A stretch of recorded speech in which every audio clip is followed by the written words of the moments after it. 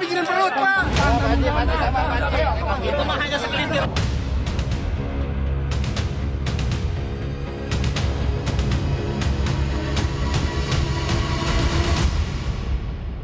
Kalau bicara perut, semua juga bikin perut, Pak. Mendukung aksi penyegelan bangunan wisata di kawasan Puncak, warga setempat beramai-ramai membongkar paksa dua bangunan di kawasan wisata Hibis Fantasy.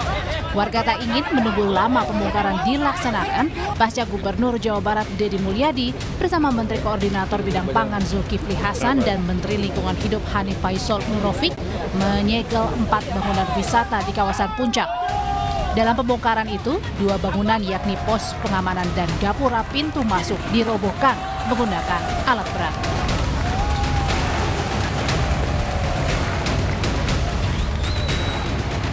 Merasa semangat untuk bersama-sama sebetulnya melakukan penertiban di sini atau pembongkaran. Tapi ada pihak yang ingin segera, tidak menunggu delineasi dan sebagainya, sehingga tadi dengan cara mereka minta memaksa tenaga operator untuk melakukan pembongkaran gerbang. Keempat bangunan termasuk wahana wisata Hibis Fantasy kemarin disegel karena melanggar alih fungsi lahan serta diduga menjadi salah satu penyebab banjir di Puncak Bogor. Menteri Lingkungan Hidup Hanif Faisal Nurofik menyatakan tidak hanya menyegel bangunan, tapi pelanggaran izin lahan di kawasan ini juga akan dibawa ke ranah pidana. Dengan volume yang demikian besar, maka penegakan hukum harus dilakukan. Apakah ini segel-segel saja? Tidak. Kita akan segera meningkatkan ke penyidikan karena kondisi alamnya sudah mengkalibrasi bahwa dengan kondisi ini terjadi banjir yang kalau dihitung itu udahlah pasti ratusan atau mungkin sampai ke triliun. Kemudian 1 orang melayang, 1 jiwa itu nggak boleh melayang karena kelalaian kita.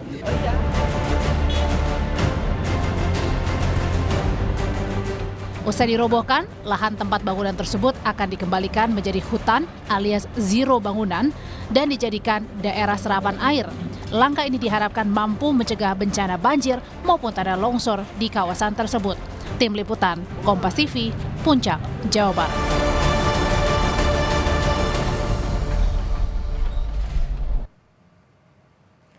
Pasca banjir besar merendam sejumlah kawasan di Cisarua, Puncak, Bekasi hingga Jakarta, pemerintah daerah di Jawa Barat mulai membongkar sejumlah bangunan ilegal yang diduga menjadi penyebab banjir. Lantas, apakah pembongkaran bangunan ilegal ini efektif mencegah banjir? Kita bahas bersama Direktur Eksekutif Walhi Jawa Barat Wahyudin dan juga bergabung bersama kami Kepala Satpol PP Jawa Barat Muhammad Ade Afriandi. Selamat petang semuanya. Selamat sore Mbak. Ya, selamat petang. Oke. Pak Ade, untuk update per sore hari ini sebenarnya sudah seberapa banyak yang dibongkar Pak dari target 25 bangunan? Ya, kalau berbicara bangunan sampai dengan tadi sore jam 16.00 ada 8 unit bangunan. Kemudian juga fasilitas lain selain bangunan ya, contoh misalkan jalan beton itu juga sudah kita kita pecahkan dengan tujuan supaya air bisa masuk terserap ke tanah ya. Pak, tapi sebenarnya izin yang dilanggar oleh wahana yang di Puncak ini apa aja sih Pak? Selain soal tadi perizinan wilayah dari 4.000 jadi 15.000, apalagi yang dilanggar?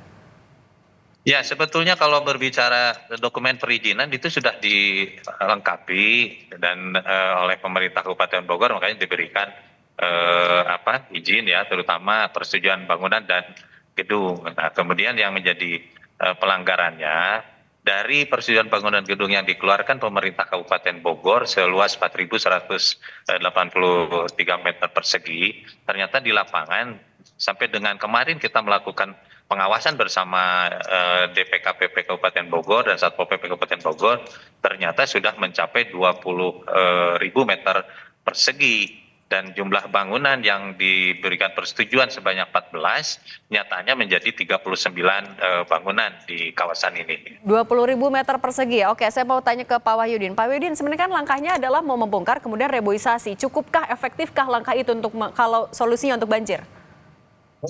Ya, pertama dalam langkah yang dilakukan pemerintah itu sudah seharusnya ya, karena penegakan hukum terhadap pelaku-pelaku yang tidak taat dan patuh terhadap regulasi atau kebijakan yang ada, termasuk bagaimana mengimplementasikan dokumen perizinan yang harus wajib dipatuhi dan ditaati pelaku, dan itu dilanggar, ya tentu penegakan hukum yang harus diambil yang paling utama. Lalu apa yang kemudian bisa dilakukan setelah itu? Ya, selidiki apakah bentuk pelanggaran tersebut itu ada indikasi pengabaian, kesengajaan atau lain sebagainya. Kalau terindikasi itu, kalau merujuk kepada Undang-Undang 32 2009, maka sanksi pidana pun juga harus dijatuhkan kepada pelaku-pelaku yang melakukan kerusakan, ya gitu. Nah, selanjutnya tentu upaya pemulihan ekologis gitu ya, baik itu bisa restorasi, bisa reforestasi, bisa reboisasi, itu dapat dilakukan oleh semua pihak. Tidak hanya menjadi tanggung jawab pemerintah, harusnya ini menjadi tanggung jawab perusahaan atau pengembang yang melakukan kerusakan tersebut. Tanggung jawab itu semata-mata harus diletakkan atau harus diberikan kepada perusahaan. Saya tidak sepakat kalau misalnya upaya pemulihan itu dibebankan kepada negara itu sendiri gitu. Oke, kalau Pak Ade sendiri sebenarnya ini tahapannya setelah semuanya dibongkar terlebih dahulu baru reboisasi atau bagaimana mekanismenya? Ya, tentu sesuai dengan arahan Gubernur Jawa Barat, kebijakan selanjutan setelah dilakukan penertiban, dikembalikan fungsi ruangnya pada fungsi yang semula, yaitu perkebunan, kehutanan, dan juga tentu juga sebagai resapan air. Nah, oleh karena itu kita di dalam melaksanakan penertiban dengan pembongkaran juga dalam waktu dekat kita akan adakan pertemuan bagaimana kita untuk membuat area di sini, landscape di sini bisa kembali untuk fungsi yang semula. Tapi Pak Ade, ini artinya akan diselesaikan dulu penertibannya atau akan secara beriringan sambil untuk reboisasinya? Ya, justru kami lakukan beriringan sesuai arahan Pak Gubernur. Bahkan hari ini pun kita sudah menanam pohon untuk penghutanan kembali sebanyak 2.000 lebih pohon. Jadi itu bisa ditanam dikarenakan ada lahan-lahan kosong di kawasan ini yang bisa dilakukan penanaman. Oke, Pak Wahyu, tapi kalau catatan dari Walhi, sebenarnya ruang terbuka hijau yang kemudian dialihfungsikan, disalahgunakan untuk jadi wahana di puncak ada di mana lagi selain di sini? Ya, sejauh pengamatan kami, landscape bentang alam kawasan puncak yang hingga Gunung Mas itu telah mengalami degradasi sebesar 65% hingga per tahun ini. Sementara kami sudah memberikan sikap serta pandangan itu sejak tahun 2015 dan terakhir 5 tahun yang lalu kami sudah menyampaikan jika izin-izin terus marak dan tidak dapat dihindarkan, terus tidak dalam upaya moratorium izin serta juga penertiban terhadap bangunan-bangunan yang tidak berizin, maka akumulasi dari kerusakan yang menimbulkan degradasi itu ya tentu bencana yang kemarin terjadi ya, dan itu lebih buruk dari tahun sebelumnya. Tuhan dan alam memperingati kita di mana ada satu perilaku keserakahan yang tidak mencerminkan adab yang baik terhadap alam, yang dimana kita harus memberikan nilai kesantunan yang baik terhadap alam itu tidak dijalankan. Tentu ini harus menjadi satu perhatian bersama, dan kami pun juga tidak dalam konteks siapa yang salah dan siapa yang benar, tapi dalam proses implementasi kebijakan yang ada serta mekanisme dan tata cara dalam menjalankan kegiatan atau usaha di wilayah kawasan hutan itu harus mengedepankan kaidah-kaidah konservatif, mengedepankan kaidah-kaidah keberlangsungan alam itu sendiri. Oke, nah Pak Ade, artinya kalau dari ya tadi kan catatan Dewa Wahyu sebenarnya ada banyak. Nah kalau untuk pembongkaran sendiri, apakah juga akan dilakukan di villa di sekitarnya yang tidak berizin atau ada pemetaan daerah lain juga kah?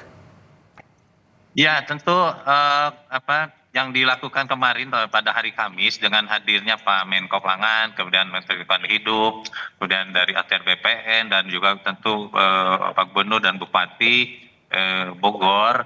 Nah, berbicara dengan upaya yang kemarin dilakukan, ada upaya penegakan hukum yang dilakukan tidak hanya oleh pemerintah daerah. Jadi mulai dari pemerintah pusat, mulai Menteri Lingkungan Hidup karena ada PPNS Lingkungan Hidup. Oleh karena itu ada penyegelan terhadap kawasan-kawasan wisata yang ataupun juga fungsi lainnya bangunan dan sebagainya yang ada di puncak. Kemudian kita menunggu tindak lanjut dari penyelidikan maupun penyidikan PPNS yang ada di Kementerian Lingkungan Hidup untuk area lainnya. Nah, khusus yang ada di Hibis Fantasi ini karena memang keterkaitannya ada anak perusahaan BUMD Provinsi Jawa Barat sesuai dengan arahan gubernur harus memberikan contoh patuh terhadap aturan hukum. Oleh karena itu dilakukan penertiban di kawasan ini. Oke, baik. Terima kasih Pak Ade Afriandi, Kasatpol PP Jawa Barat, dan Pak Wahyudin, Direktur Eksekutif Walhi Jawa Barat. Terima kasih sudah berbagi di Kompas Petang. Sehat selalu.